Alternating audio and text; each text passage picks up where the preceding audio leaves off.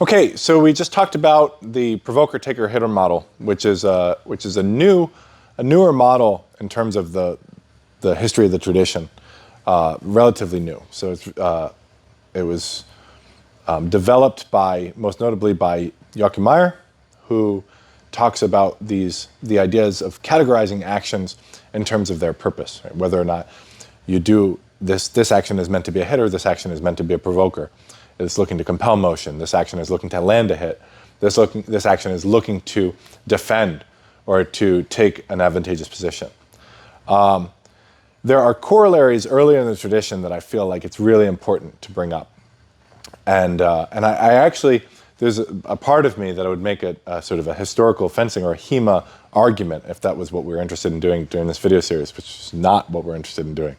But if I were, I might say that it stands to reason to me that Meyer developed his provoker taker hitter model from the Hauptstück in Johannes Liechtenauer's system of overrunning, chasing, and seeking the opening, right?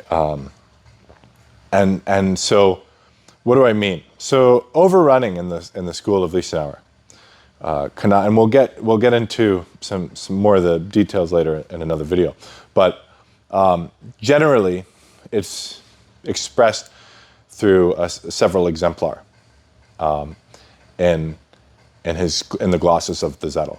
So the most notable or the most well known or understood example of Überlaufen is my training partner is standing across from me, and I'm here. He can have your sword on the shoulder, but it doesn't matter where you are, right? And if my training partner attacks my leg, I can void my leg, and he is out of range to hit me, and I'm within range to hit him, right? Because of the angle of his attack, he's attacking a low target, and I'm attacking a higher target. I'm attacking something the farthest away from my shoulders, right? He's attacking something where his sword can't reach, right? So my sword can reach, his sword can't. And that's the way we tend to think about the concept of Überlaufen, is don't attack low targets, attack targets at the angle of your shoulder. That the longest point that you can reach is the point from a fully extended arm at the height of your shoulder. And that's the way that we should be attacking.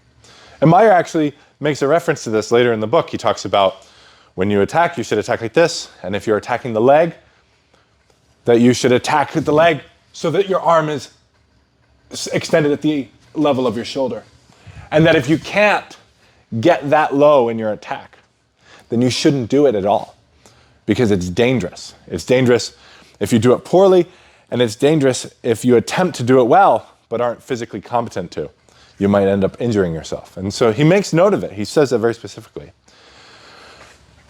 But there are other instances in the glosses in the Zettel where they talk about Überlaufen that suggests to me that they're more interested in the tactical quality of strength than they are in the interesting idiosyncrasy of somebody attacking a low target below the level of their shoulder, where you attack the target at the level of your shoulder, and how you can reach further.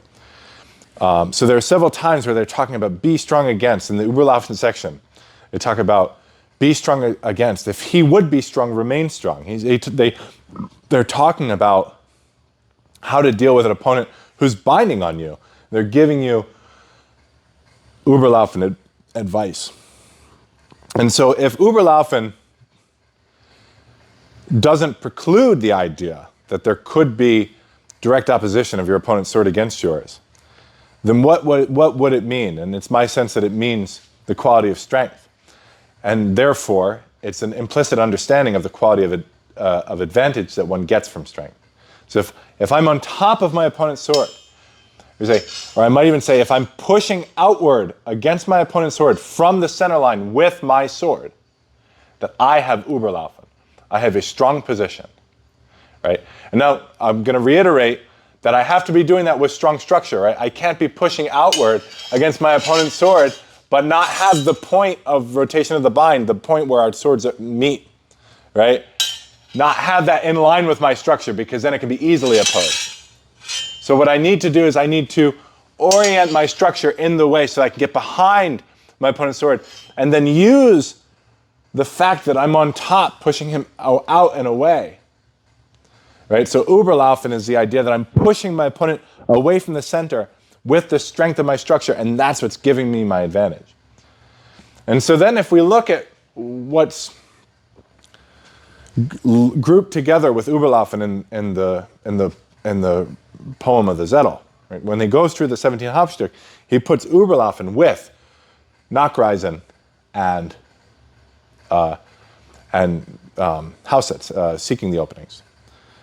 Right? He puts those three things together, and I find that very interesting, because what do we get when we combine those things? We say, well, we have the concept of what it means to be strong, and if my opponent does nothing from here, I can't work Indes.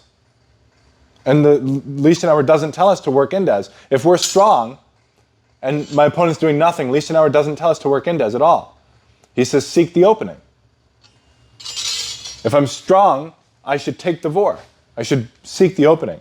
From my position of strength, I can begin my turn, my offensive turn, because my opponent is limited in his responses to actions that defend, raise your hilt, actions that defend against you, in which you can work, inside which you can work, right? Or he could just let you. If he does nothing, and then you finish your action. And so the seeking of the opening comes from Überlaufen. Alternatively, the Nachreisen, right? What is the canonical Nachreisen? The Nachreisen is if he's bound on my sword and I withdraw, that he works inside my withdraw to hit. That's the way that we understand Nachreisen. But what is happening in a Nachreisen? He's not seeking the opening. He's not moving from a position of strength to a hitter. Rather, he's working inside my action against my weakness. Right? That's just exemplar. That technique is exemplar of Nachreisen, but it's all Nachreisen.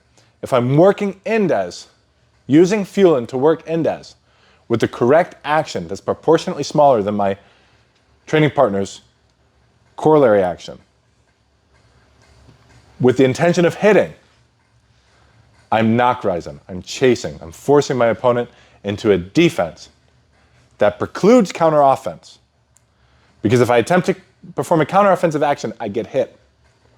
And so the only thing I can do is defend against my training partner. So if we take those three things, what we end up with is Überlaufen, seeking advantage, taker, right? Then we have our seeking the opening from a strong position, right? The house sets, the seeking of the opening. And then that can either result in a hitter, or it can result in a defensive action that provokes motion and compels movement inside which we can work in a chase, in a Nachreisen situation. So we have provoker, taker, hitter, or in the earlier model, we have Überlaufen, Nachreisen, and Haussetz, or in other words, overrunning, dominating with advantage, chasing the openings, Nachreisen, working Indes our opponent's defensive actions, or seeking the opening, working from our strength into our opponent's weakness, taking the vor if they're doing nothing.